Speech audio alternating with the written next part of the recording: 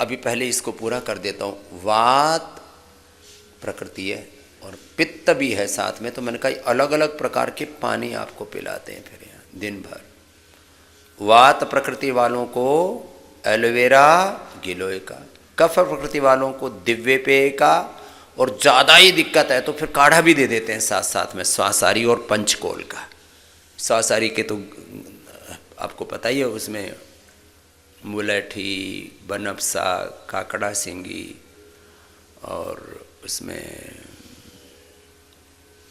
सौंठ, पीपल, काली मिर्च, अलग अलग प्रकार की जो कफनाशक औषधियाँ हैं, उसमें सफ़ेद और काला बांसा से लेकर के कटेली से लेकर के सारी औषधियाँ। फिर एक पंचकोल, ये दीपन पाचन के लिए, पाचन तंत्र के लिए, और कफ कोल्ड के लिए, और बुखार के लिए, और जिनको भूख नहीं लगती है उनके लिए बहुत अच्छा होता है। पीपल, पीपला मूल, छोटी पीपल को पीपल, पीपला मूल, चित्रक, चव्य, सौंठ, इनको समान मात्रा में लेकर के इसको उबाल करके फिर काढ़ा बनाते हैं। इससे भूख इतनी कड़ाके की लगती है, जो 250 ग्राम दूध नहीं पी पाता वो 1 लीटर दूध पी सकता है इसको पी करके, जिनको दूध नहीं। अब जैसे किसी किसी को दूध की एलर्जी है, दूध नहीं पी सकते, खाने पीने की चीज़ों की एलर्जी, किसी को ग्लूटेन से एलर्जी है, किसी किसी को फ्रुक्टोज से एलर्जी है, हनी भी नहीं खा सकते, हनी खाते ही पेट दर्द हो जाता है क्योंकि इसमें ग्लूकोज और फ्रुक्टोज दोनों ही होते हैं। और प्राणायाम करने से सभी तरह की एलर्जी हमने यहाँ छोटे बच्चों से लेकर के बड़ों तक की दूर करके भेजी। एक तो माता ऐसी आई, बोले जी मैं रोटी, गेहूं की रोटी और लौकी, इसके अलावा कुछ भी नहीं खा सकती, कुछ भी खाती तो पेट में दर्द, फिर और स्किन के उपद्रव, बीपी हाई, नींद गायब, बहुत बुरी हालत हो जाती है। उसको मैंने कहा कोई बात नहीं, आप अभी पहले तो शुद्धिकरण कराओ, संग प्रक्षालन करो, जल नीति सूत्र नीति करो, बस्ती करो, और उसके बाद आपको थोड़ा थोड़ा करके सब खिलाएंगे। शायद वो 10 दिन और 15 दिन रह करके गई यहाँ, और जिन चीज़ों से एलर्जी थी मैंने कहा थोड़ी थोड़ी खाओ, पहले 10-10, 20-20 ग्राम खाना शुरू करो। खीरे का 1 टुकड़ा खाओ, थोड़ा सा नींबू खाओ, थोड़ी सी गाजर खाओ, थोड़ा सा 10-20 ग्राम वो खाओ, मुनक्का, अंजीर आदि खाओ, अनार खाओ, पपीता खाओ, सारी चीज़ें खाली 10 या 15 दिन में उसकी सारी एलर्जी यहाँ से ठीक होकर के चली।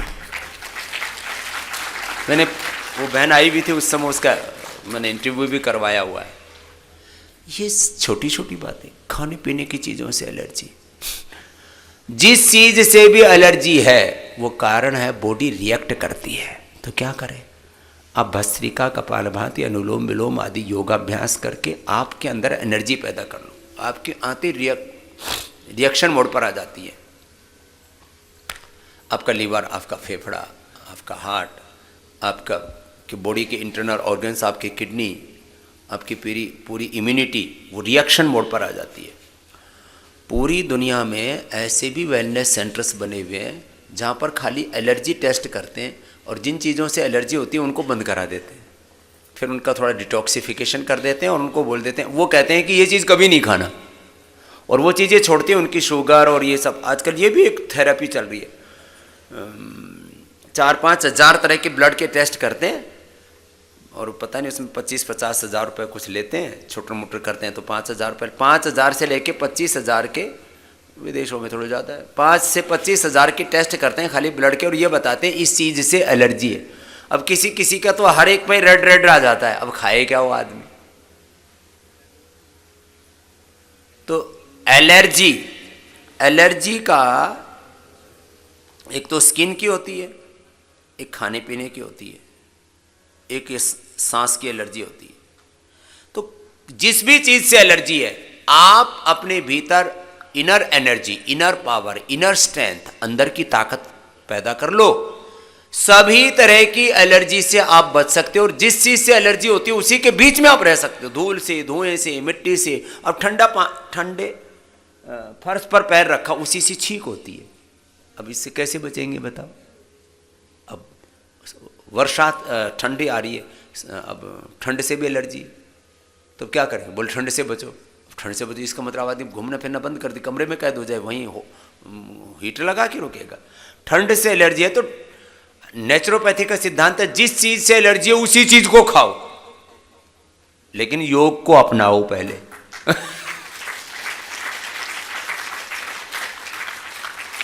आपको ठंड से एलर्जी है ना, तो ठंडे पैर ही चलो, लेकिन प्राणायाम करके चलो। प्राणायाम करो पहले और फिर थोड़े उसके उपाय भी अपना लो। ठंड से एलर्जी, खाने पीने की चीज़ों से, खाने पीने की चीज़ों की एलर्जी इतना ज़बरदस्त। इसका फ्रेश जूस पिला देते हैं, सबको तो नहीं मिल पाता। यहाँ हमारे यहाँ बहुत खड़ा है चारों तरफ। यहाँ दूधी घास, छोटी बड़ी दूधी, संजीवनी घास, भूमि आंवला, पुनर्नवा, मकोई, बला, ये फ्रेश मिल जाते हैं हमारे यहाँ। तो हाँ, यहाँ जिनको पेट की बहुत भयंकर दिक्कतें होती हैं उनको फ्रेश जूस पिला देते हैं। जो ज़्यादा एसिडिक चीज़ें खाते हैं, कैंसर सेल्स का खाना है एसिड। और वैसे भी बहुत बड़ी एक मेडिकल फिलॉसफी है, acidic body is the main cause of all diseases. Acidic body में कैंसर और सारे रोग पैदा होते हैं। तो बॉडी कैसी होनी चाहिए? एल्कलाइन होनी चाहिए। ज़्यादा तीखा, ज़्यादा नमक, ज़्यादा मिर्ची मसाले, जंक फूड, फास्ट फूड, ये एसिडिक फूड है। और एसिडिक फूड से कैंसर पैदा होता है। एसिडिक फूड से वात, पित्त, कफ, त्रिदोष, inflammation is the main cause of all diseases. तो इन्फ्लेमेशन का, त्रिदोषों का, कैंसर का मुख्य कारण एसिड। एसिडिक बॉडी नहीं, एल्कलाइन बॉडी होनी चाहिए। बहुत ज़्यादा जो उल्टा पुल्टा खाते हैं, उल्टा पुल्टा सोचते हैं, जिनके जीवन में बहुत आक्रोश है, क्रोध है, प्रतिक्रिया है। देखो, बात बात में रिएक्शन, बात बात में एंगर, गुस्सा, बात बात में नेगेटिविटी, बिना ही बात के स्ट्रेस, एंजाइटी, डिप्रेशन, ये आपके भीतर एसिड को जन्म देता है। और वो जो एसिडिक बॉडी है, तो कैंसर सेल्स का खाना क्या बताया? एसिड। दूसरा है कार्बोहाइड्रेट। आप कहेंगे कार्बोहाइड्रेट के बिना तो फिर जिंदगी नहीं चलेगी। अनहेल्दी कार्बोहाइड्रेट जैसे चीनी, जैसे जितने भी जंक फूड है ये। और सबसे ज़्यादा अनहेल्दी कार्बोहाइड्रेट जहाँ चीनी में है, वहीं ये जो आजकल गेहूं और चावल जो हम खा रहे हैं, ये अच्छे वाला गेहूं नहीं है। देसी गेहूं, देसी जो चावल था वो छोड़ दिया हमने। आज जिसको हम गेहूं खा रहे हैं, ये पेट भरने का और बीमार होने का सबसे ज़्यादा कारण है। जहाँ सबसे ज़्यादा गेहूं चावल खाया जाता है, वहाँ दुनिया में सबसे ज़्यादा रोगी है, और उसमें भारत उसकी राजधानी है। चलो, अनहेल्दी कार्बोहाइड्रेट। फिर कैंसर सेल्स का खाना है बीड़ी, सिगरेट, शराब। बीड़ी मिलते ही, सिगरेट मिलते ही, शराब मिलते ही राक्षस की तरह, रक्त बीज की तरह ये बीड़ी, सिगरेट, शराब से एकदम खुश हो जाता है और खूब बढ़ता है। डेयरी प्रोडक्ट्स जितने भी हैं उनसे भी। इसलिए हम कैंसर वाले की डाइट में डेयरी प्रोडक्ट और अनाज बंद कर देते हैं, उसको फ्रूट्स और वेजिटेबल्स पर डाल देते हैं, एंटी कैंसरस जूस पिलाते हैं और प्राणायाम कराते हैं। कार्बोहाइड्रेट बंद कर दिया, थोड़े दिन तक तो गुजारा हो ही जाता है। 21 दिन से लेकर के 2 महीने तक हम उसको उपवास पर डालते हैं। 21 दिन तो जल उपवास, फिर रसोपवास, फलोपवास, इस पर, और 2 महीने में कैंसर खत्म। जब उसको खाना ही नहीं मिलेगा, 2 महीने से ज़्यादा कोई जिंदा रह सकता है क्या? कैंसर सेल्स कैसे जिंदा रह जाएंगे? अपने आप ही कैंसर सेल्स खत्म हो जाते हैं। वो बोले वो गांठ कहाँ जाएगी? वो तो कोई भी शरीर में तो हर दिन ग्रामों नहीं, किलो की मात्रा में पुराने सेल्स खत्म हो जाते हैं, नए सेल्स बन जाते हैं। ये शरीर के अंदर प्रोसेस पूरा चलता रहता है। 24 घंटे से लेकर के 7 दिन, 10 दिन, 100 दिन अधिकतम किसी भी कोशिका की आयु होती है। ब्लड सेल, बोन सेल, सारे के सारे स्किन सेल्स, सबके सब सेल्स पुराने खत्म हो जाते, नए बन जाते हैं। ये शरीर को नयापन, यौवन देने की एक आंतरिक प्रक्रिया है। तो जो पुराना सेल खत्म होता है उसमें जो भी उसके टूटने पर, चाहे कार्बोहाइड्रेट है, उसमें मिनरल्स हैं, उसमें विटामिन हैं, उसमें न्यूट्रिशंस है, उसमें आयरन है, उसमें कैल्शियम है, उसमें जो भी उसका रॉ मटेरियल है वो बॉडी प्रोसेस करके रीयूज कर लेता है। ये 0% वेस्ट मैनेजमेंट का प्रोसेस है शरीर के अंदर। तो कैंसर की कोशिकाओं को जब उनका खाना ही नहीं मिला तो बेचारी मर जाती है, और शरीर उनको प्रोसेस करके अपने लिए यूज कर लेता है। वेस्ट मैनेजमेंट, इसको बोलते हैं ऑटोफैजी, माइटोफैजी। शरीर अपने आप को अपने आप संभाल लेता है। ओ, शरीर की संरचना सबको पढ़नी चाहिए, कोई मेडिकल साइंस पढ़ा हुआ हो ना पढ़ा हो, सबको शरीर विज्ञान का सामान्य बोध अवश्य होना चाहिए।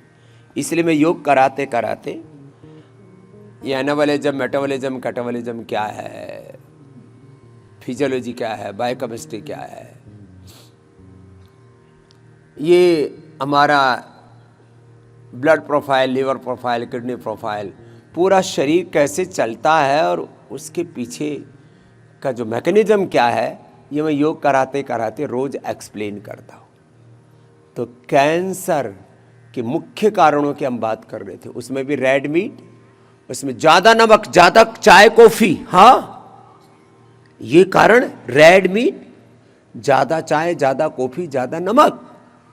और एक बात, ये तो पूरे विश्व में इसके लिए कम से कम पिछले 50 वर्षों से गहन अनुसंधान चल रहा है। Low immunity is the main cause of all diseases, high salt intake, red meat, high carbohydrate, unhealthy carbohydrate, liquor, तंबाकू, ये these are the main cause of cancer.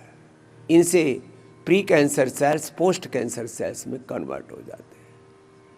ये तो लेस ऑक्सीजन सप्लाई भी उसमें कारण माना है। ऑक्सीजन पूरा नहीं मिलता। ऑक्सीजन जब पूरा नहीं मिलता है तो शरीर की कोशिकाएं पगला जाती हैं। बॉडी के रिसेप्टर्स को, बॉडी के एक एक सेल के रिसेप्टर को, उसकी न्यूक्लियस को, उसकी माइटोकॉन्ड्रिया को, उसकी genes, chromosomes, RNA, DNA, protein, protein phosphorylation को राइट डायरेक्शन में एक्सप्रेशन के लिए ऑक्सीजन चाहिए। ऑक्सीजन नहीं मिलता तो एक सेल की इतनी सूक्ष्म रचना है, 1 cell equal to 1 body, 1 body to equal to 1 universe. एक सेल में पूरा ब्रह्मांड है, जिसको श्रीमद् भगवत गीता में विश्व रूप दर्शन योग का है। तो आपके एक सेल में, अब देखो, पिंड में सारा ब्रह्मांड है और स्वयं ब्रह्म है। ये विज्ञान है, ये हमारे इस जीवन के अस्तित्व की सच्चाई है। पिंड में ब्रह्मांड है और स्वयं ब्रह्म है। ब्रह्मांड की सारी ऊर्जा सूक्ष्म रूप में हम में है। इस सारे ब्रह्मांड का कोई छोटा मॉडल बनाया जाए तो ये पिंड बनेगा। इस पिंड का भी आधार एक छोटी कोशिका है। एक कोशिका में सारे शरीर के रहस्य सन्निहित है। जिसने एक कोशिका के रहस्य को जान लिया, एक सेल के स्ट्रक्चर को, कैरेक्टर को पहचान लिया, वो फिर और उसको सही डायरेक्शन में मोड़ लिया, वो जीवन में कभी रोगी, दुखी, दरिद्र हो ही नहीं सकता। चलो, ये तो थोड़ी सूक्ष्मता में चला गया मैं। एक सेल के genes, chromosomes, RNA, DNA, protein phosphorylation को राइट डायरेक्शन में एक्सप्रेस करते हैं, ये योग है। और इसमें म्यूटेशन कब आता है? म्यूटेशन आता है जब आप योग नहीं करते। तो योग युक्त आहार, विचार, वाणी, व्यवहार, स्वभाव, योग और योग युक्त आहार, विचार, वाणी, व्यवहार, स्वभाव, संबंध आचरण में नहीं जीते। योग और योग युक्त आचरण, यही स्वस्थ जीवन का आधार है।